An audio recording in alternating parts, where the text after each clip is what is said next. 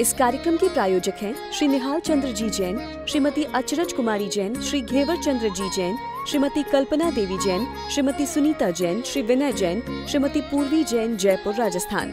हमने जो ये 17,280 चेतन के भेद पढ़े हैं, चेतन स्त्रियों के, उनको 2-2.5 लाइन के अंदर स्पष्ट कर रहे हैं। जरा देखिए, इसी पेज पर देखिए जहाँ अपन पढ़ रहे थे, पेज नंबर है 667। इस तरह स्त्री 3, स्त्री 3, फिर मन वचन काय 3, फिर कृतकार्यता अनुमोदना 3। अलग अलग है तो आचार्यों के डिस्क्रिप्शन है, जैसा वो दे देवें, जैसा वो कर देवें, निकालने के तरीके हैं। 3 तरह की चेतन स्त्री, फिर मन वचन काय से मल्टीप्लाई किया, कृतकार्यता अनुमोदना से किया, फिर 5 इंद्रियों से किया, फिर संज्ञाओं से किया 4, फिर द्रव्य भाव से किया 2, और फिर 16 से किया। अब ये इन्होंने संज्ञा 4, द्रव्य भाव 16 है, यहाँ भी इन्होंने छोड़ दिया। देखो, द्रव्य भाव यहाँ आना चाहिए था, द्रव्य भाव के बाद में आना चाहिए था 2, फिर आना चाहिए था कौमा, फिर कषायें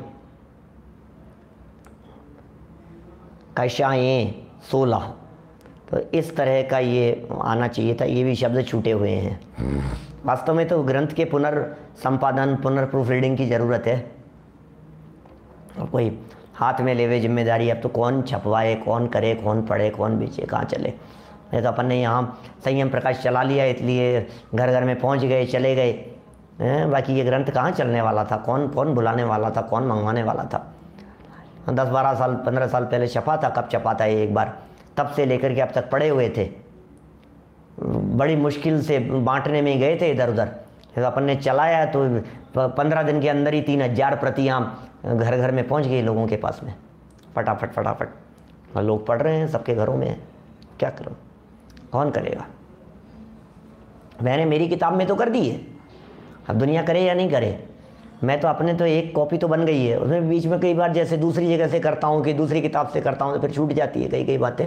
लेकिन काफ़ी कुछ मेरे पास में फाइनल तैयार है। जब कभी भी होगा एडिटिंग होकर के हम संजय जी को कहेंगे, हमारे जो बड़ा मलेरा वाले हैं, उनके पास में पहुँचा करके, जिससे कम से कम वो PDF के अंदर तो वो करेक्शन हो ही जावे, है ना। चलिए, इनको परस्पर गुणा करने से चेतन स्त्री संबंधी 17,280 हुए। यथा 3 3 3 5 4 2 16 है। इस तरह 17,280 ये तो हो गए ख़त्म काम यहाँ तक। फिर अचेतन संबंधी, अब यहाँ से चर्चा चालू हो रही है अचेतन की। अचेतन स्त्री संबंधी शील विराधना के 720 भेद होते हैं अचेतन स्त्रियों के साथ में। माने लकड़ी की स्त्रियों को देख करके भाव बिगड़ जाते हैं, पाषाण की स्त्रियों को देख करके भाव बिगड़ जाते हैं, चित्रों को देख करके लोग दुराचार करते हैं, खोटा आचरण, खोटा व्यवहार, खोटा चित्त विभ्रम होता है लोगों का। तो ये फोटोओं के साथ भी तो गलत तरह के खिलवाड़ होते हैं। इसलिए मैं तो कई बार कहता हूँ, मैं सावधानी की दृष्टि से कहता हूँ, विशेषकर महिलाओं को सावधानी रखने के लिए कहता हूँ। आप फेसबुक के ऊपर अपनी फ़ोटोज़, घूमने फिरने की, मौज मस्ती की, कहाँ की, आप जो घर में जो करना हो सो करो। उन फ़ोटोज़ को आप फेसबुक पर, सोशल मीडिया पर आप भेज करके दुनिया देखेगी, और आपको सब आपके रूप को, सौंदर्य को देख करके क्या मतलब है। कोई दुनिया के पर पुरुष आपको देखे, आप क्या चाहते हो। माने वो कहते हैं स्वयं ही वो आपदा को मोल लेते हो आप, और क्या है। फिर अपने स्टेटस पर लगाएंगे, फिर अपने उस पर DP पर लगाएंगे, और फिर उसको देख करके पुरुष वर्ग कमेंट्स करेंगे और फिर खुश होंगी। फलाना व्यक्ति ने हमारी DP देख करके प्रशंसा की। मैं उन पुरुषों को भी कहना चाहता हूं कि थोड़ी सी मर्यादा में रहो। किसी महिला की फोटो देख करके, उसकी DP को देख करके, देखना ही क्यों किसी महिला की DP को, मैं ये कहना चाहता हूं। आप क्यों शील में दोष लगाते हो। आप किसी महिला की फोटो किसी उस पर लगी, पहले तो महिला को लगाना नहीं चाहिए, और कोई महिलाएं यदि लगा रही हैं तो पुरुषों को देखना नहीं चाहिए, क्योंकि हमारे तो महिला पुरुष दोनों ही है ना। क्या सुनने वाले तो महिला पुरुष दोनों ही हैं। अब हम जबरदस्ती देख करके, और दुनिया भर के लड़के न मालूम कौन देखेंगे, लड़के देखेंगे, नौकर भी देखेंगे, आपके सर्वेंट भी देखेंगे, कर्मचारी भी देखेंगे, लेबर क्लास भी देखेगी, और कैसे खोटे भाव करेंगे उनको देख करके। आप कल्पना नहीं कर सकते हो भैया, दूर रहो इन सब चीज़ों से। क्या सही कह रहे हैं एडवोकेट साहब, दिन भर दूसरों की प्रोफाइल में झांकते हैं लोग। अरे वो क्या झांकते हैं, तुम झकवाना चाहते हो, मतलब तुम ये चाहते हो हम प्रोफाइल बदलेंगे, फोटो बदलें। मुझे तो पता ही नहीं है मेरे व्हाट्सएप के डीपी पे भी कौन सी फोटो लगी है, क्या है, अपने को तो पता ही नहीं है। किसी व्यक्ति ने कभी कहा कि वो अच्छी लग रही है, कि कौन सी फोटो लग रही है, मुझे नहीं मालूम क्या है, कौन देखे कौन बदले, और फिर एक बार लग गई जो लग गई, सदियों तक लगी रहती है। कभी बच्चा बदल देता है, बदल देता है कोई, मतलब कोई अपने को क्या क्या करना उनको बदल करके, अपन अपने ही नहीं। और फिर दूसरों का स्टेटस देखो, फिर उनका स्टेटस देखो, फिर उन्होंने ये किया, फिर उन्होंने फोटो शेयर करी। क्या है भाई साहब, क्या है ये सब बलिहारी है ये कलयुग की। ये सब आपदाओं को मोल ले रहे हो और दूसरे लोगों के परिणाम बिगड़ रहे हैं, और आप अपने ऊपर आने वाली आपदाओं को मोल ले रहे हो, ऐसा है। चलिए खैर, मेरे को तो जो मन में जो भाव आता है मैं तो सभा में जन सामान्य के बीच में कह देता हूँ। और मुझे मालूम है पूरी दुनिया तो नहीं सुधरेगी, लेकिन जितने सुधरेंगे उतने ही ठीक है।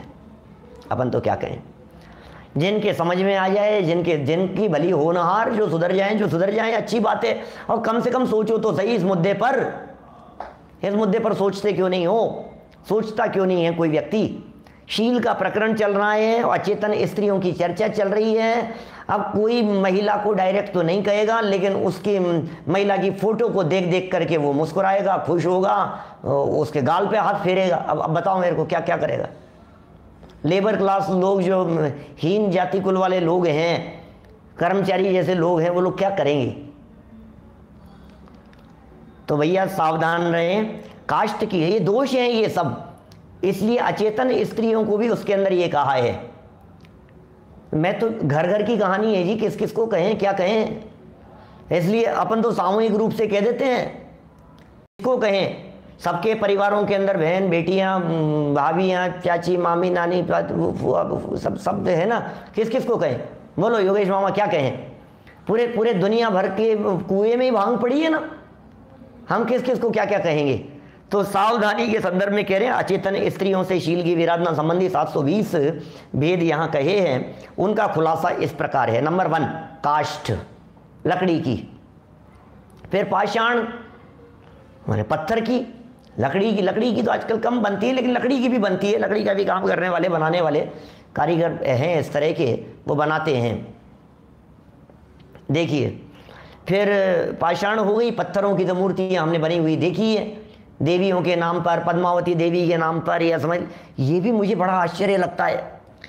मैं तो पद्मावती जो माता हैं दुनिया कहती हैं, तो एक तरफ तो माता कहते हैं और फिर दूसरी तरफ पुरुष वर्ग उनके वस्त्र बदलते हैं। तो हमें लगता है ये बड़ा शील दोष नहीं लग रहा है ये।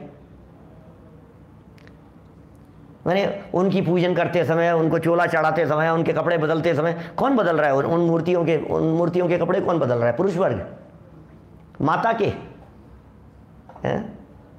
माँ है ना, माँ कह रहे हो ना आप उनको, पद्मावती माँ है, माँ के कपड़े बदल रहे हो आप भीड़ लगा करके। ये कह रहे हैं दोष है, अचेतन स्त्री संबंधी दोष है भाई साहब। दुनिया में विकृतियां कहाँ कहाँ तक है, कहाँ कहाँ तक कहें, जो थोड़ा बहुत समझ में आता है सो थोड़ा सा कह देते हैं, और क्या कहें। फिर चित्राम की, ये सब अचेतन स्त्री है। इनको मन तथा काय से गुना किया, क्योंकि इनके वचन या कान तो है नहीं, माने वो सुन नहीं सकती, बोल नहीं सकती, तो वचन संबंधी, वचन व्यवहार तो उनके साथ में नहीं होगा, लेकिन मन संबंधी और दूसरा क्या कहा, काय संबंधी, उनको देख करके मन भी आ गई, मन की विकृति भी हो गई, और काय संबंधी विकृति, इनसे गुना किया, 2 से, क्योंकि इनके वचन और काय नहीं है जो इनसे कुछ कह करके समझावे, इसलिए 6 कोटि हो गई, यहाँ तक 6 हो गए। इनको कृत कारित अनुमोदना की प्रवृत्ति से गुना किया, तब 18 भेद हो गए। ये दोष 5 इंद्रियों से हुए, इनको गुना करने पर 90 हुए। 18 हो गए थे, 5 से गुना किया तो 90 हो गए। इनको 4 संज्ञाओं से गुना किया तो 360 हो गए। ये दोष द्रव्य और भाव से होते हैं, इनके गुणा करने पर 720 हो गए। इस तरह अचेतन स्त्री संबंधी 720 इन 720 को वापस 2 लाइन के अंदर बतला रहे हैं। जरा देखिए, इस तरह अचेतन स्त्री 3, मन और वचन, मन और काय 2, कृत कारित अनुमोदना 3, इंद्रिय 5, संज्ञाएं 4, द्रव्य भाव 2 को परस्पर गुना करने पर 3 × 2 × 3 × 4 × 4 5 4 और 2। इस प्रकार अचेतन स्त्री 720 भंग हुए। चेतन संबंधी 17,280, अचेतन संबंधी 720, इस तरह कुल मिलाकर के 18,000 भेद हुए। और इन सबके प्रति शील से बचना, इन सबके प्रति सावधान रहना, इन सबके प्रति सचेत रहना, जागृत रहना, इस प्रकार भगवत कुंद स्वामी ने अष्टपाहुड़ के शील पाहुड़ में 18,000 भेद करके समझाया है कि शील बिना भव सागर पार नहीं होता। शील के बिना भव सागर पार नहीं होता। शील के बिना भव सागर पार नहीं होता। अब देखिए, इसके संबंध में उठने वाली कुछ जिज्ञासाएं बतला रहे हैं। बहुत सुंदर प्रश्न उठता है। क्या यहाँ पर कोई प्रश्न करे कि देवी तथा मनुष्यों के परस्पर में शील के संबंध में कैसे दोष लग सकता है? क्योंकि देवी तथा मनुष्यों का संपर्क तो शास्त्रों में कहीं नहीं बतलाया है। देवियों का मनुष्यों का संपर्क कैसे होगा, संभोग कैसे होगा, स्थिति कैसे बनेगी, देवों के साथ में मनुष्यों की, मनुष्यणी के साथ में देवों की, या देवियों के साथ में मनुष्यों की, ये स्थिति कैसे बनेगी? ऐसा तो कहीं शास्त्रों के अंदर बतलाया नहीं है। तो ये बात तो हमारे को जच नहीं रही है। ऐसा दोष कैसे लगेगा? आपने कह दिया, ठीक है, हमने सुन लिया, शास्त्र में कहीं आया होगा और आप व्याख्याकारों ने, पंडितों ने उसका सारा वर्णन कर दिया, लेकिन ये ऐसा कैसे होगा, ये बात गले नहीं उतर रही। तो कह रहे हैं इस प्रकार शास्त्रों में मिलता है भैया, हम नहीं कह रहे हैं, ये हमारे मन की बात नहीं है। शास्त्रों में इस प्रकार की बातें आती है। जैसे देखो, बहुत सुंदर बात कही यहाँ, जैसे जब रामचंद्र जी मुनि अवस्था में थे, ध्यानारूढ़ थे, रामचंद्र जी मुनि अवस्था में थे, मुनि थे, भावलिंगी संत थे, और हम सब ने ये कथानक सब लोगों ने सुना ही होगा कि सीता जी तो उनके पहले दीक्षा लेकर के आयु पूरी करके स्वर्ग में चले गई थी। सीता जी तो सीता जी तो 16वें स्वर्ग में प्रतीन्द्र हो गई थी, और रामचंद्र जी ने बाद में दीक्षा ले ली थी। वे ध्यानारूढ़ थे, तपश्चरण कर रहे थे। जब रामचंद्र जी ध्यानारूढ़ थे, ध्यान में मग्न थे, तो उस समय 16वें स्वर्ग का जो प्रतीन्द्र है, वो प्रतीन्द्र सीता के वेश में आकर रामचंद्र जी के ऊपर उसने उपसर्ग करने का प्रयत्न किया। वो उपसर्ग माने कैसा? अकेले उपसर्ग द्वेष बुद्धि में ही नहीं होते हैं, राग में भी उपसर्ग होते हैं, मोह में भी उपसर्ग होते हैं। अरे ये काम भाव भी बहुत बड़ा उपसर्ग है ध्यान आराधक और साधकों के लिए। तो वो तो प्रेम भाव प्रदर्शन करने के लिए आई, उसने तो उपसर्ग क्या किया? उसने तो रोकने का प्रयत्न किया, हाव भाव व्यक्त किए कि ये मोहित हो जाएं, मेरे प्रति अट्रैक्ट हो जाएं, वापस लो, मैं वापस आ गई हूँ तुम्हारे लिए, तुम कहाँ जा रहे हो, कहाँ साधना में लगे हुए हो, ऐसे रिझाने का प्रयास किया। तो रिझाने का प्रयास किया और उनका चित्त डगमग नहीं हुआ, वे विचलित नहीं हुए। तो रामचंद्र जी जब अपने उपयोग में स्थिर रहे, तो परिस्थिति तो ऐसी बनी थी ना कि वे विचलित हो सकें। परिस्थिति तो इस प्रकार की बन गई थी ना कि वो स्त्री के ऊपर, देवी के ऊपर अट्रैक्ट हो जावे, ऐसी स्थिति तो बनी थी। भक्तामृत स्तोत्र के 15वें नंबर के श्लोक में कही है इस तरह की बात। क्षेत्रम किमत्र यदि ते त्रिदशांगनाभिर नीतम मनागपि मनो न विकार मार्गम कल्पांत काल मरुता चलिता चलेन किम मंदरादृशिखरम चलितम कदाचित। क्या चित्रम किमत्र यदि ते, चित्रम, क्या आश्चर्य वाली बात है। आदिनाथ भगवान की स्तुति कर रहे हैं, आदिनाथ स्वामी के गीत गा रहे हैं, और आदिनाथ भगवान के गीत गाते हुए कह रहे हैं, हे आदिनाथ स्वामी, कौन से आश्चर्य की बात है कि देवांगनाओं के माध्यम से भी आपके मन को विचलित नहीं किया जा सका। देखो, संस्कृत का श्लोक भी ला दिए हमारे जिग्नेश भाई, बड़ा फास्ट है इनका वर्क, काम है, भावना बहुत उत्कृष्ट रहती है। देखिए, क्या कह रहे हैं? चित्रम माने आश्चर्य, किमत्र यहाँ क्या है, यदि त्रिदशांगना देवांगनाओं के माध्यम से भी, क्या चित्रम किमत्र यदि ते त्रिदशांगनाभिर नीतम माने लाया गया, मनाक अपि किंचित मात्र भी मनो मन को न विकार मार्गम। क्या इसमें कौन से आश्चर्य की बात है? आदिनाथ भगवान की स्तुति करते हुए कह दी ये बात। हे आदिनाथ भगवान, इसमें कौन से आश्चर्य की बात है कि रंच मात्र भी आपके मन को विकार भाव पर नहीं लाया गया? कैसे कह रहे हैं? कहाँ से आ गई आदिनाथ भगवान की स्तुति में? कहाँ से आ गई ये बात? कह रहे हैं ना, देवांगना आ गई थी ना, नीलांजना आ गई थी ना, एक नीलांजना की मौत हुई और दूसरी नीलांजना आ गई थी कि नहीं, मन को रिझाने के लिए, अट्रैक्ट करने के लिए, विकार मार्ग पर लाने के लिए, दीक्षा लेने से विचलित कर लेने के लिए तो देवांगना उतर करके आ गई थी। तो वही बात तो यहाँ कह रहे हैं कि इस प्रकार से यदि देवांगना भी यदि उतर करके आ जावे तो भी मन विचलित नहीं होवे। इसका मतलब इस तरह की परिस्थितियां बनती तो है भाई साहब, इस प्रकार की परिस्थितियां दुनिया में तो बनती है। इस प्रकार की परिस्थितियों वाले लोग तो समाज में हैं, दुनिया में हैं। देव आ जाते हैं, देवियां आ जाती है, परिस्थितियां बन जाती है, देवियों को देख करके मन विचलित हो जाता है, तो दूषण तो इस प्रकार से लगने की संभावना है। तो बोले ऐसा दूषण और सारा खेल तो मन का ही है, इसलिए निषेध किया है यहाँ। देखिए इसी बात को इन्होंने यहाँ कहा है, मैंने अभी पढ़ी नहीं है पंक्तियाँ। इस प्रकार शास्त्रों में मिलता है, जैसे जब रामचंद्र जी मुनि अवस्था में ध्यानारूढ़ थे तब सीता का जीव 16वें स्वर्ग में देव हुआ। ये तो सब प्रमाण हैं, सब है ना। उसने उनके पास आकर, रामचंद्र जी के पास आकर स्त्री के राग रूप कटाक्ष आदि भाव बताकर उनको चलायमान करना चाहा। क्या? रामचंद्र जी को चलायमान करना चाहा, ध्यानारूढ़ रामचंद्र जी को चलायमान करना चाहा, उनके चित्त को विचलित करना चाहा। वो ध्यान अवस्था में बैठे हुए हैं बेचारे, ध्यान मग्न हैं, आत्म ध्यान में लीन हैं। उन्हें विचलित करने के लिए चली आई, पत्नी का वेश बना करके आ गई। ये ध्यान अवस्था में बैठे हुए हैं, वो पत्नी के रूप में आ गई और आकर के अरे देखो तुम पश्चाताप कर रहे थे जब मैं जंगल में जा रही थी, लो मैं लौट आई, तुम क्या चिंता कर रहे हो, आ गई तुम्हारे पास में हैं, अब हम साथ ही रहेंगे, कोई बात नहीं। तुम भी पश्चाताप की अग्नि में जले पवित्र हो गए और मैंने भी अग्नि परीक्षा दी, दोनों पवित्र सिद्ध हो गए, अब तो हम साथ में रहेंगे, अगले भाव में साथ साथ में मोक्ष में जाएंगे, क्या चिंता करते हो, तुम भी स्वर्ग में आ जाओ। अरे ये बातें सब चलने लगी सब बड़े हैं। कटाक्ष भरे निगाह से उन्हें हाव भाव बताकर चलायमान करना चाहा।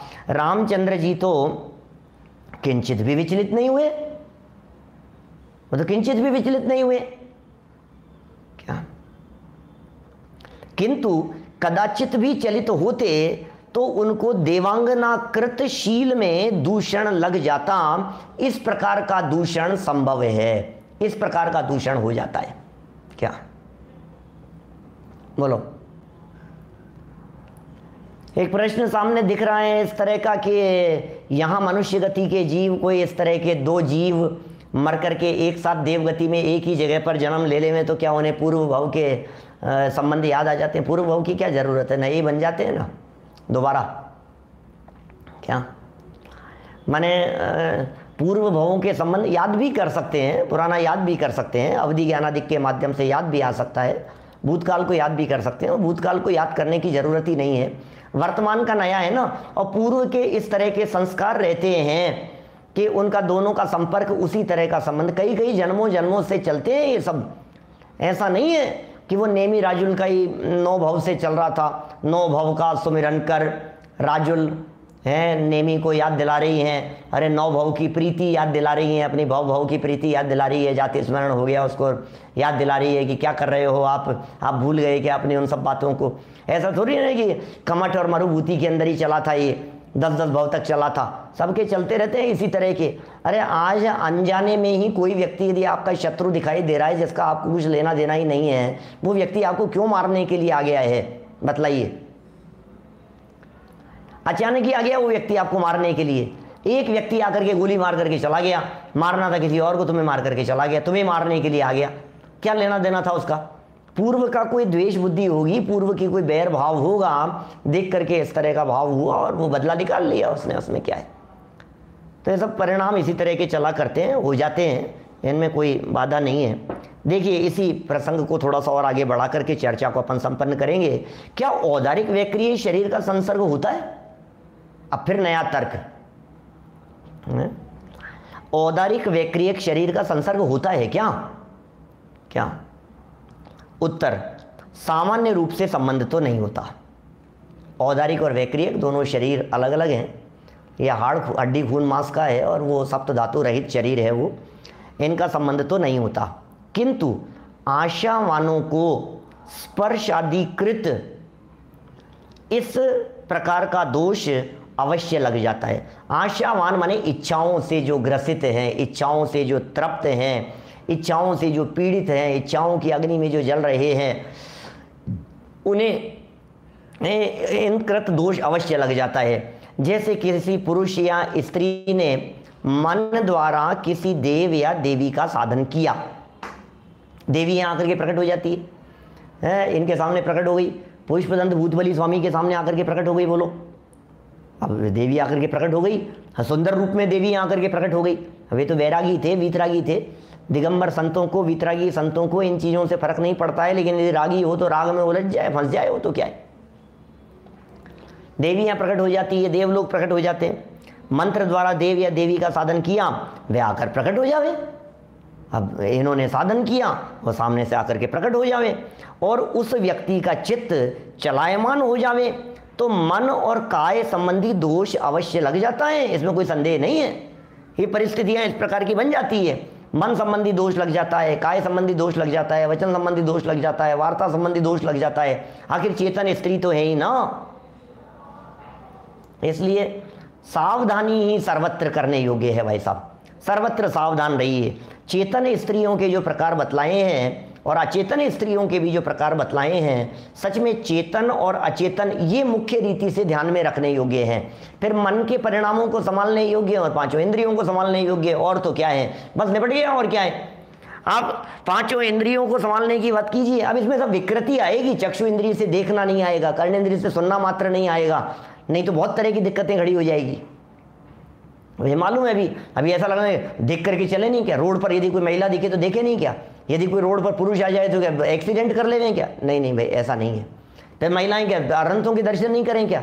ऐसे कई तरह की बातें हैं, कई तरह के प्रश्न लोगों के चित्त में उठते हैं। कल जरूर हम इस तरह के थोड़े बहुत कुछ प्रश्नों की चर्चा और कुछ प्रमाणों की चर्चा इससे जुड़ी हुई अवश्य आप लोगों के बीच में करेंगे। लेकिन अभी जितनी बातें कही है उसमें दो महत्वपूर्ण बातें सावधानियों की कहता हूं।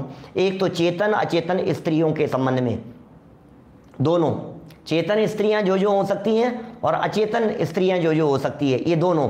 और दूसरी तरफ अपनी पांचों इंद्रियां और मन। तो चेतन अचेतन स्त्रियां और दूसरी तरफ पांच इंद्रियां और मन, और इन दोनों के प्रति सावधान रहने की चेष्टा करें। इन दोनों में किसी प्रकार का दूषण हमारे लाइफ में न लगे, दोष नहीं लगे, ऐसी सावधानी रखनी चाहिए। तो कुल मिलाकर के 18,000 प्रकार की शीलों की चर्चा हुई। अंतिम 1.5 लाइन में बात कहते हैं, अतः शील समान इस संसार में अन्य कोई पदार्थ नहीं। शीलवान प्राणियों की देव भी सेवा करके अपने को धन्य समझते हैं। इस कार्यक्रम के प्रायोजक हैं श्री निहाल चंद्र जी जैन, श्रीमती अचरज कुमारी जैन, श्री घेवर चंद्र जी जैन, श्रीमती कल्पना देवी जैन, श्रीमती सुनीता जैन, श्री विनय जैन, श्रीमती पूर्वी जैन, जयपुर, राजस्थान।